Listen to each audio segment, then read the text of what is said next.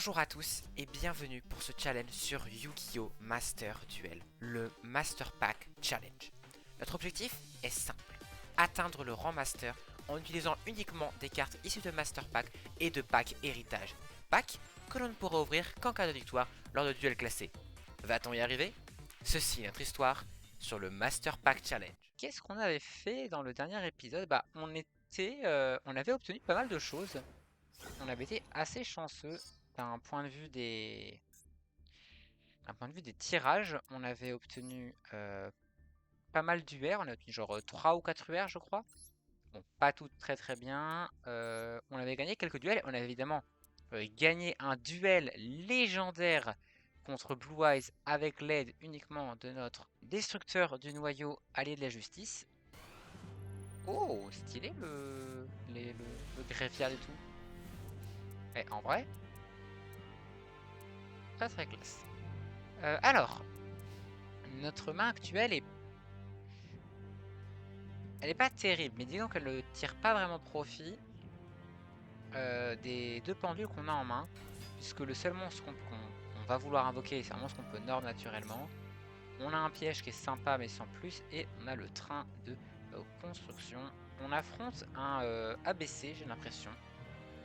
Ce qui moi ne me dérange pas spécialement, quoique ABC il a le don pour faire des fusions assez impassables, et j'avoue que c'est pas avec la main que je vais pouvoir faire grand chose, et très honnêtement je vois pas quelle carte pourrait nous servir vraiment là.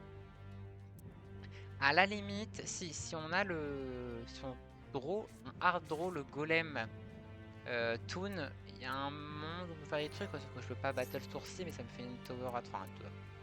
Fait un monstre à 3000 à la limite. Ça ligne que 2. Alors qu'est-ce qu'il va nous faire? Ça fait un gadget platine. Chain 2 entre canon Draco ABC et Croc de la Vouivre C. Alors il invoque du coup une tête action Y qui est encore le support qui est arrivé dans Maze of Master. Ils ont été rapides pour mettre les cartes de Maze of Master, hein, entre les Farstar et tout ça là. Ils ont été efficaces ce coup-ci. Ils ont fait des choix aussi. Ok. Alors, la tête action Y, j'avoue qu'elle me dérange un peu. Il rééquipe le Croc de la Vouivre C. Ok. Il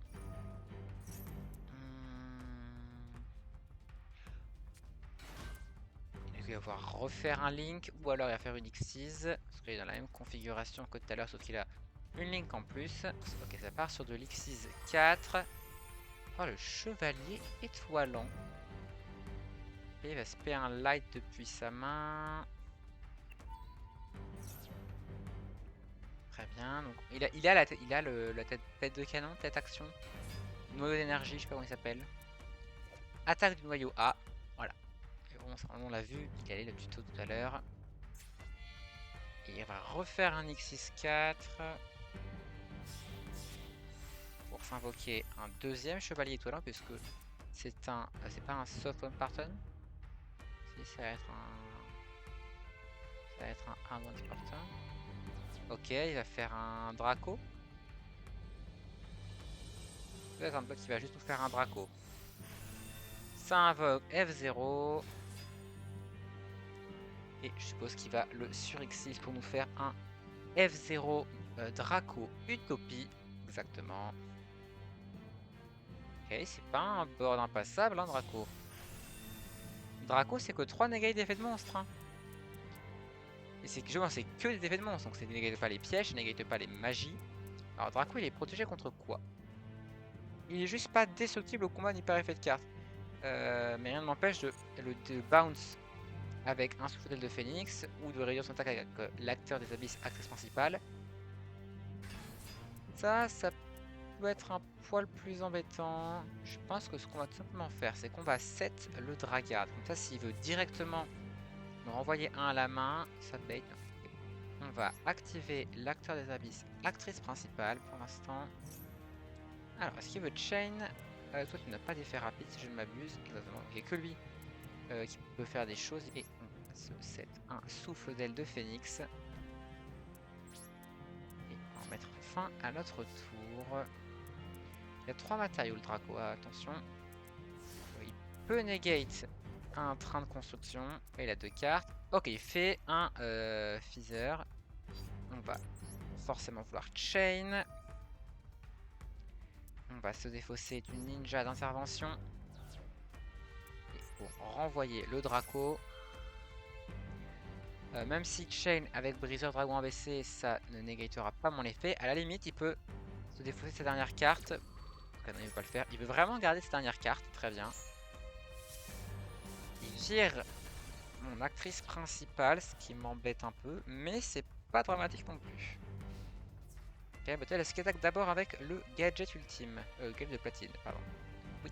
Ok, il va se prendre 300. Non, là on redirige pas l'attaque. Ok. Je sais pas ce qu'il a comme carte en main, mais il veut absolument la conserver. Et ça m'étonne. Hop. Petit train de construction, signal rouge.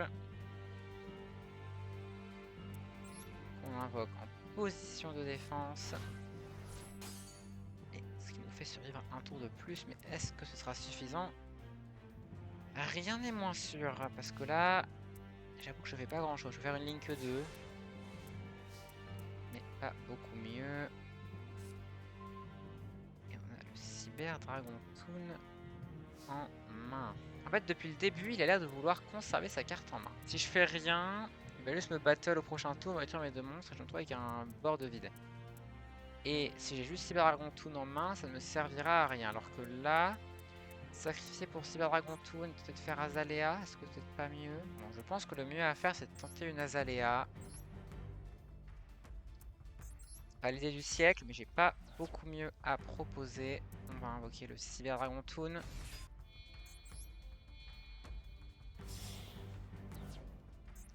Le problème, c'est qu'il peut faire toujours son effet rapide pour ce pop.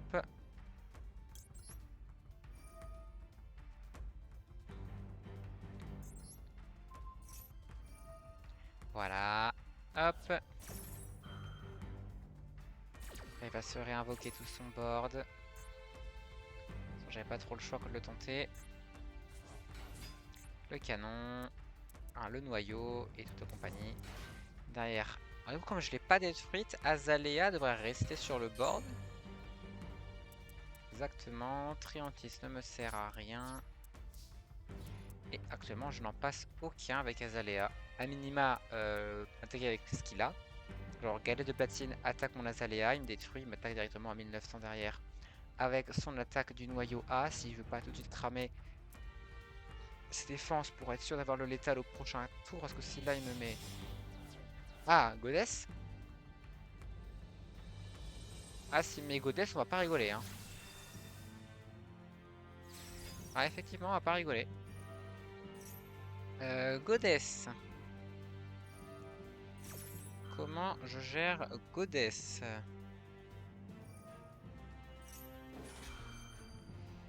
Eh ben, on va pas la gérer la Goddess, hein, je pense.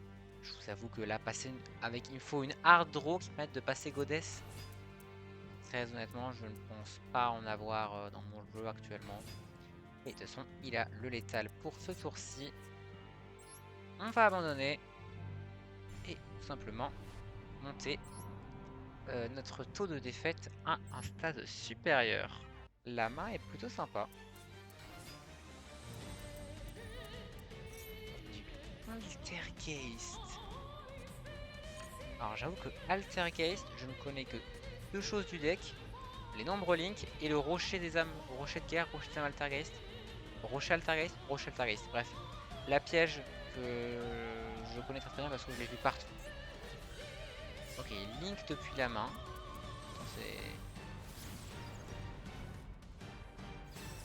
Il n'est pas giga dérangeant, ça va. Ok, on a... Bah ouais, là on peut pendule, là on a une 3 et une 8. On pendule nos 2 monstres.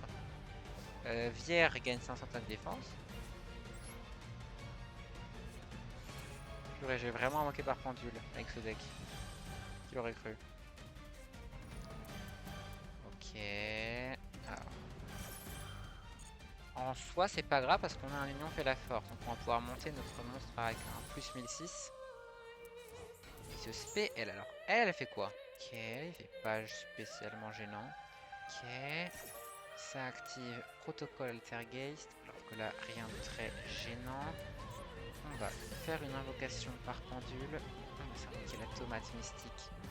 Ainsi que le cyberdragon Vière. On peut invoquer la tomate mystique ici. Et Vière ici. Il est à 1005 de base. Je pourrais le passer. Je suis obligé d'activer mon union fait la force sur Vière.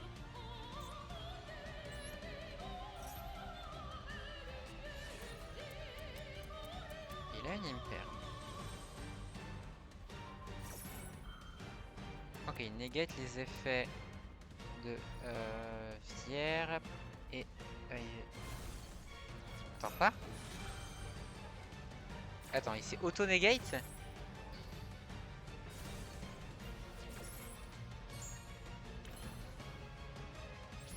Pas mal hein, le monsieur. Bon bah... il s'est auto-negate. Donc bon. Ok, il peut acheter une magie. Une carte Altergeist depuis son deck à sa main. C'est pas gagné pour autant, faut faire attention. Ok, il va ajouter la sirène Altergeist, je sais pas comment elle s'appelle. Meluvitaces Access Altergeist. On va attaquer direct avec la tomate mystique. Et on va set une unité de baliste. Bon, on n'est pas trop mal. On a un monstre à 3002-3007. La tomate mystique qui peut me permettre de récupérer notamment le Gravekeeper Spy. Et derrière de partir sur ma loupe Gravekeeper, même si elle n'est pas fameuse, ma loupe Gravekeeper, hein, on a que 2 cartes.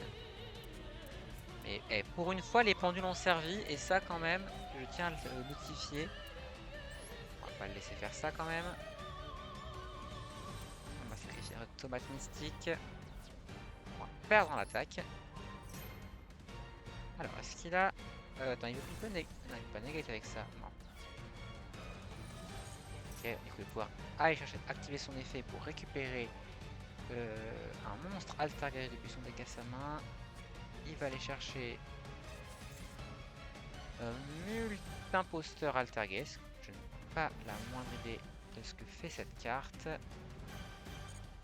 Mais ce que je sais, c'est que moi par contre, j'aurais pas le létal, c'est-à-dire avec la haie de défense. Mais rien ne m'empêche de la 7. Je n'ai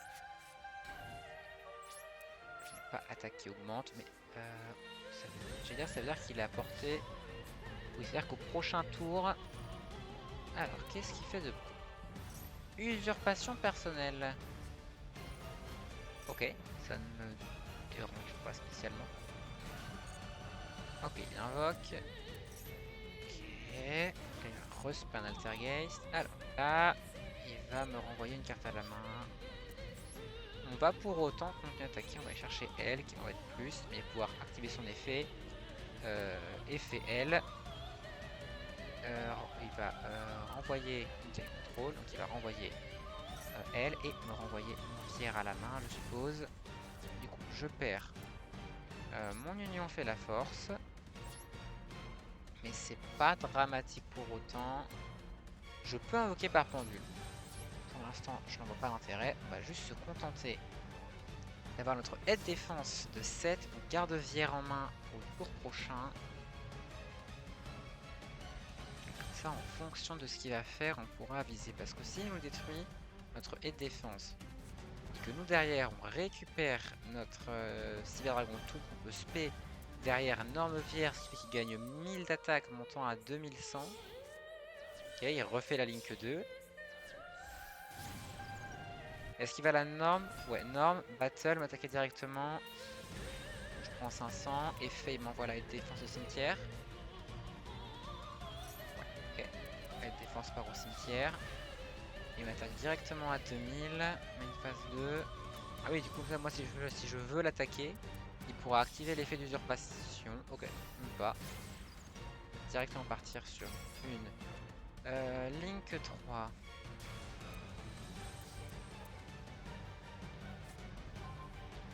On a Delia. Le problème, c'est que je vais pas pouvoir y faire grand chose. Je pense qu'on va juste se contenter de 7-1 pour l'instant. Et on va end... Ah, j'aurais... Ah, est-ce que j'aurais pas dû tenter de faire Azalea? J'avais une magie dans mon cimetière. Battle avec Azalea pour ban ça. Et sauf que il aurait pu faire protocole Altergeist, envoyer elle au cimetière et me le negate. Je me retrouve avec un bord de vie. D'ailleurs il aurait pu chain avec multi-imposteur. Respect multi-imposteur. Respect elle. Il va pouvoir refaire FL pour se renvoyer multi-imposteur en main. Renvoyer Vière en main, m'attaquer directement à 2100 ou plus en fonction de ce qu'il a. Ça va être compliqué cette histoire. Ok, il fait un link 3, 4. Mémoire au gant Altergeist. Battle, il va m'attaquer directement à 500 et envoyer Vière au cimetière.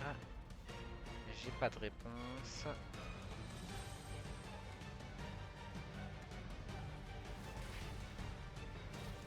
On va venir au cimetière. Mes pendules en soi ne le menacent pas. Il m'attaque directement à 2800. Il va sacrifier. Il gagne 500. Et du coup, mais comme il la renvoie au cimetière, il peut aller récupérer une carte d'Altergeist. Voilà. Il va s'ajouter une autre carte d'Altergeist depuis son deck à sa main.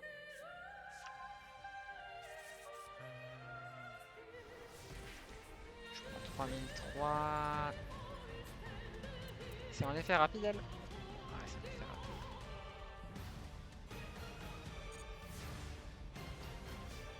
Ça va dépendre de ce qu'on va piocher maintenant.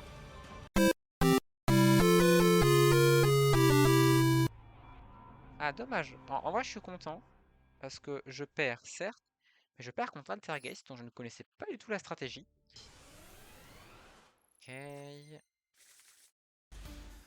Et la main est pas inintéressante. On a 3 de nos meilleurs monstres au niveau 4 avec leurs bonnes stats. Et en plus, on a notre seul monstre eau et notre seul monstre vent avec Drago Hurlement. Ok, P2000 pour l'aspect. Et là, on est compliqué. C'est compliqué. Parce que 1 monstre 3000, et ben on va pas le passer. Il révèle en millénaire. Il invoque un Senjin. Okay, il invoque un instoppable. L'incarne de l'instoppable Exodia. Ah, il y a une manifestation étudiante en dehors de chez moi. Puisque je les entends crier des insultes contre la police. Tous en cœur. Ok, on a l'usine de cyber réparation. On va 7-1. Je fais 7. Oh, c'est rien de la tête ici, vous me direz. Mais... Sachant qu'il peut annuler une magie piège. Allez, bonne journée. On va pas s'embêter. Ils ont fait le cyberdragon infini, mais oui, il y a Nova dans le jeu, je crois.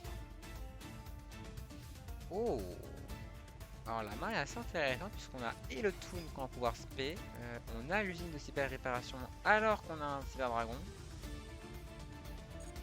Et on a l'Apelio qui est encore une fois une de nos meilleures monstres niveau 4. Et on a le train de construction signal rouge. Je lirai ça après. Ok, on drop pulsar. À première vue, il n'est pas très menaçant. On va s'invoquer le cyber dragon. Je vais l'invoquer ici, du coup on est en position de anima, j'en ai l'invoquer à côté, on va se norme Apelio, ok, qui prend le contrôle de mon Cyber Dragon Tool, ce qui veut dire qu'il va pouvoir faire l'effet de son Gizmek Tangiku, ce qui vient embête un peu, on va battle, on va tout simplement passer en end phase. Ce Triantis n'a toujours aucun intérêt. Et on va le mettre ici cette fois. Et j'avoue, mon board n'est pas giga menaçant. Ah. C'est un peu l'embêtant ça. Il n'y a plus de carte en main. Alors. On va pouvoir invoquer le train de construction signal rouge. Orochi, il fait rien de menaçant. Kaku non plus est pas giga menaçant. Ah, est-ce qu'il est considéré comme Cyber Dragon? Tout n'est pas Cyber Dragon. En fait, le game plan c'est de faire Pulsar et d'aller péter la tête à Orochi. Mais derrière, il pourra juste passer Kaku en attaque au battle. Ouais, c'est pas très grave. Donc, on va enlever le train de construction signal rouge.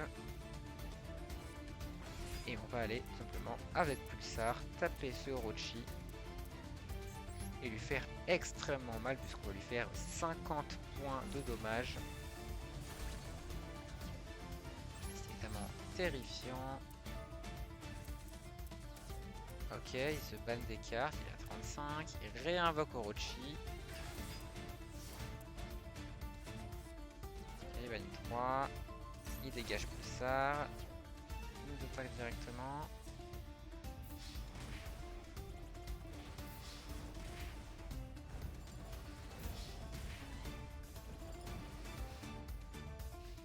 Ok, on est à 1350. C'est pas perdu. Parce que là, s'il invoque, enfin s'il m'attaque avec Tengu, il se prend les dégâts, du coup il va vouloir me battle avec Orochi. Orochi va me détruire.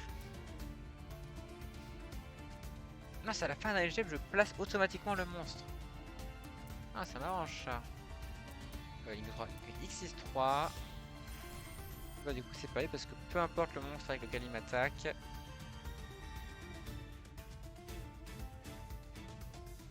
T'es au courant que ça marche pas avec moi. Hein.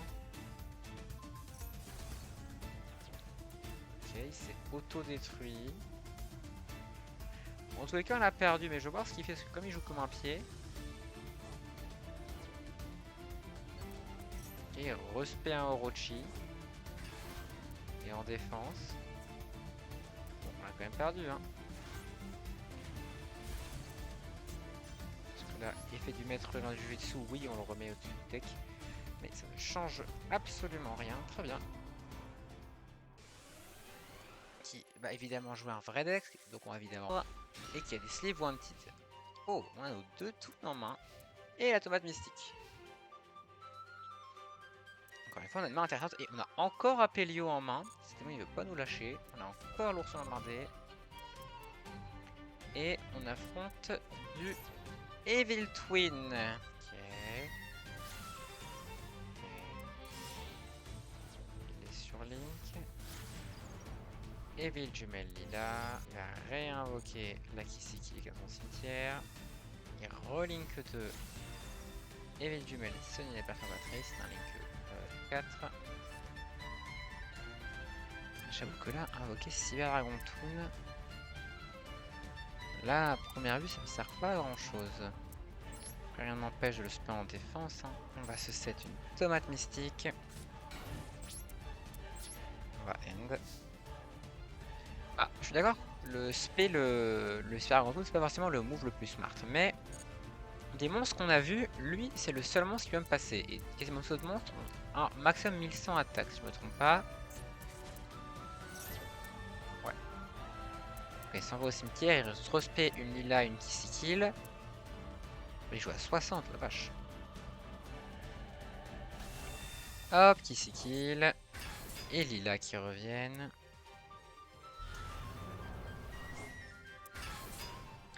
Il peut activer leur effet O2, comme elle peut détruire une carte sur le terrain.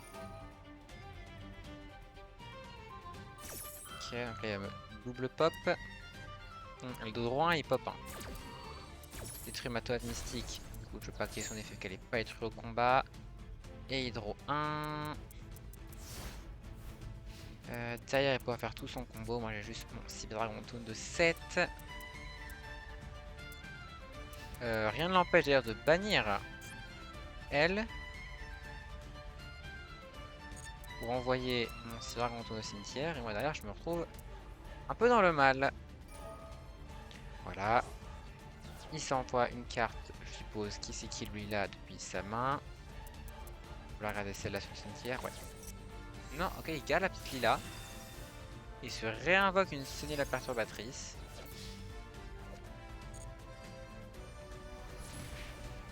Ok.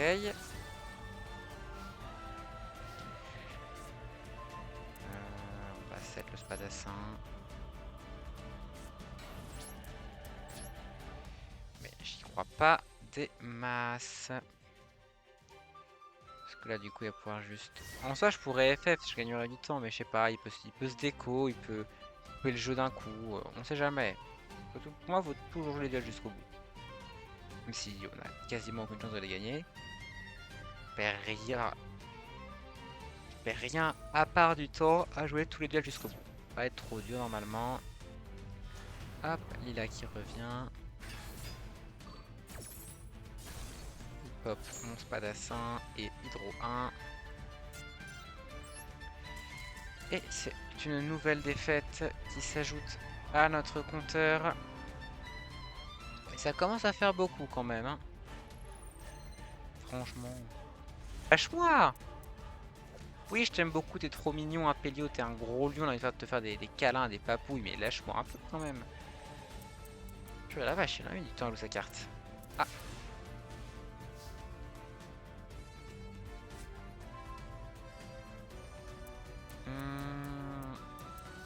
Bah j'avoue que là si mon adversaire ne me propose rien de très menaçant, enfin c'est juste un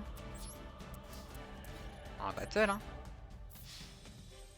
Même s'il me cède un cylindre magique, un je sais pas quoi, bah...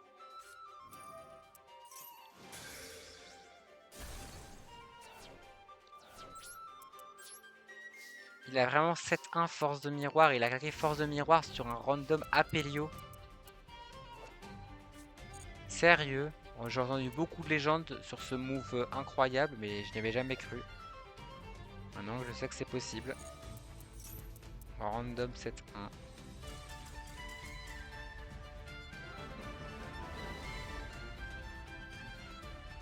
Il a abandonné, il a même pas perdu autant. Il a abandonné. Ça se profile pas comme ça. Mais imaginons. Bah, c'est quand même pas mal. Je vous propose le maître artisan Gamil. Bon, voilà quoi. Et oh, l'ange lumineux. L'ange lumineux, c'est à voir parce que c'est littéralement une tomate mystique mais sur la lumière. À voir pour l'ange lumineux parce que si j'ai... Je sais pas si j'ai assez de light. Ouais, techniquement c'est un light niveau 4, enfin un 4 à 1008, c'est juste... En vrai, l'ange lumineux, j'ai toutes les raisons du monde de vouloir le mettre dans le deck. Le sinistre lièvre. Je joue pas de monstres normaux, donc ça va pas servir à grand chose. Et Nyan Nyan du tonnerre. Alors, vous voulez un monstre à 1009, j'en ai un sous les yeux, mais j'avoue que c'est pas le genre de monstre à 1009 qui m'intéressait. Art de se soustraire ninjutsu. Et le Magio Chaleon. C'est particulier comme carte. Bon, l'ange lumineux, je pense qu'on va le rentrer, c'est juste une toad mystique pour les lights. Ça va augmenter la consistance du deck, les combos, les trucs et tout. Donc l'ange lumineux, c'est une bonne carte à avoir pool. La question c'est est-ce qu'on va avoir autre chose de bien? Alors, retour orcustré. Orcustré. Bon, j'ai pas d'Orcus ni d'héritage du monde. Oh, l'invocateur dragon bleu. Ouais, mais malheureusement, on va pas faire grand chose. J'ai pas de monstres normaux. L'esprit de la terre immortel ultime. Je n'ai pas d'esprit de la terre immortel. Libération de l'esprit de la terre. Je n'ai toujours pas l'esprit de la terre. Oh, oh, ça c'est bien, le Boujingilou.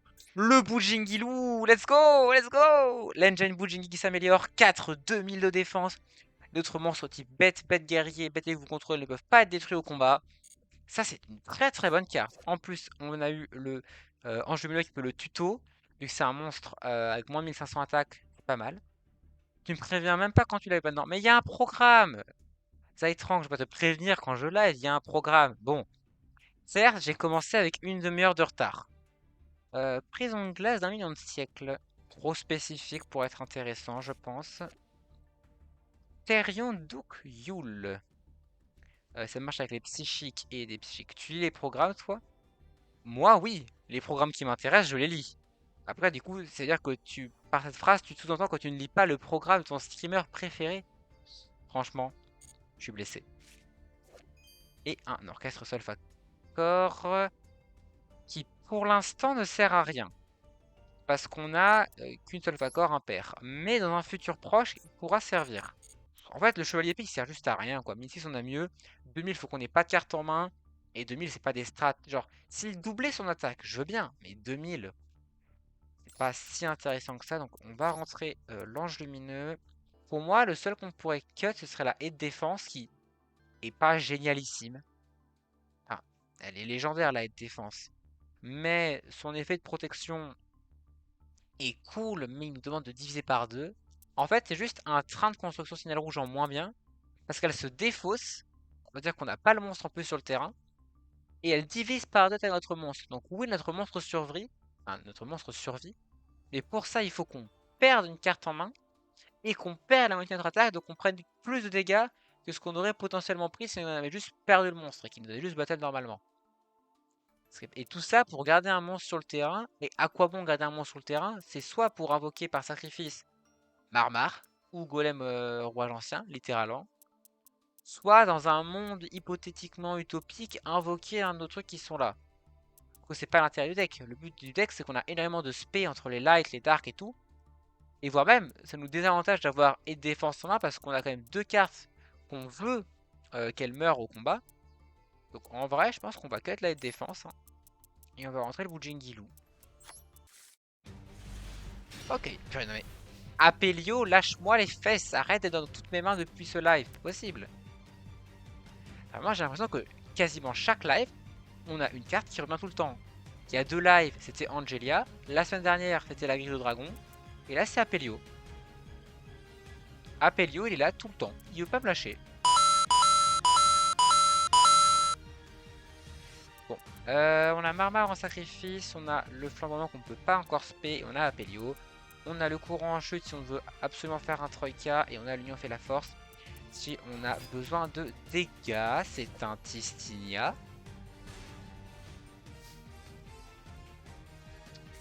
Alors, le problème que je vais avoir avec ce chien de meute de Tistinia, c'est que ça va me forcer à, dans ma Pelio, lui équiper l'Union fait la force. Après, est-ce que c'est vraiment grave? Pas sûr.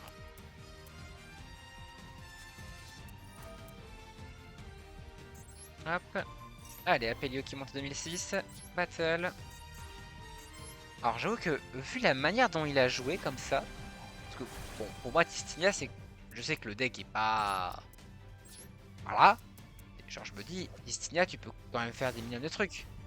Genre là, il a vraiment juste normalement son position d'attaque. Donc est-ce que ce ne serait pas pour la première fois un camarade Master Pack Challenge? J'ai bien envie d'y croire parce que pour juste Norma Monstre à 1008 en mode allez ça passe, je sens bien le camarade Master Pack Challenge moi. Il joue à 14 dans l'extra deck. C'est louche quand même. 14 dans l'extra deck c'est louche. Il joue à combien dans le deck? Il joue à 36. Soit c'est un bot, si possible. Soit c'est clairement un camarade Master Pack Challenge qui joue un peu au hasard. Genre qu'il y a des cartes en main. Il y a quand même dire qu'il a quand même Open Jackalope. Pas mal l'Open Jackalope. Hein.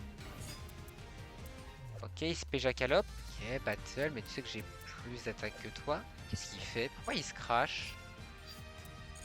Ah bah c'est un bot du coup. Parce que Jackalope il a pas d'intérêt à se crash. Bah non. Ok, c'est un bot. Bon. Ça me va très bien aussi, hein. On va dire qu'on gagne le combat le plus vite possible. Mais c'est quand même dingue qu'il y ait un bot, parce que généralement les bots c'est des lapins sauveteurs. Non, là on a un bot vraiment travaillé. Avec les petits trucs de Sky Striker, un petit perso, un petit familier pardon, personnalisé. Si je norme un monstre, j'ai gagné. Voilà, genre là je norme Tomate Mystique, j'ai gagné, parce que du coup, Apelio regagne 800 avec l'Union fait la force. Hop. Voilà. Purée, Apelio. Je suis désolé de t'avoir critiqué, Apelio. Tu peux être dans ma main aussi longtemps que tu veux. Surtout si tu me fais gagner. Et ben voilà. Je pense que je suis parti pour live jusqu'à minuit. Même si je suis pas sûr qu'il y aura plus personne à minuit. Il n'y a pas grand monde sur le chat déjà. Mais si je live jusqu'à minuit, je suis sûr qu'il y aura vraiment plus personne sur le live. C'est pas très grave, hein. Les gens regarderont la rediff. Oh, mais non, le MST. Ok. Bah très bien. On va pas dire non, hein. Et la guerrière de la tradition. Ok, bah le petit MST comme ça qui tombe pour nous faire plaisir. Ah bah. Ça rentre dans le deck direct. Direct. Cerveau ancien, on s'en moque. Et l'électrofouet. Bon bah ça c'est dans le deck pour très très longtemps. Voilà, le MST va rester longtemps je pense, hein. En plus genre MST c'est une carte genre hyper connue de Yu-Gi-Oh! Hyper classique. Moi c'était une super, une ultra, non. Une rare. Oh bon. Si c'est juste une rare, on va pas se plaindre. Alors, Yubel, cauchemar ultime. Oh! Ah!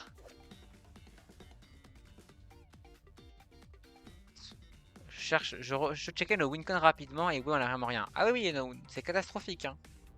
On peut vraiment rien faire. On n'a pas de boss monster. Enfin, notre boss monster c'est Golem Roi l'ancien Toon. Voilà. Bon, Gishki ça va pas servir. Forteros. Qu'est-ce que c'est que ce truc? Alors c'est très gimmick mais c'est vachement rigolo. Aristera et Dexia Gogogo. Bon, j'ai pas de Gogogo, mais c'est rigolo aussi. Train à grande vitesse super express. Alors je doute qu'on puisse vraiment se servir de ce train. Ça fait une spé... Alors, c'est pas fort, on est d'accord. Mais ça fait une spé à 3000. Alors, dragon renifleur, c'est le deuxième dragon renifleur qu'on a.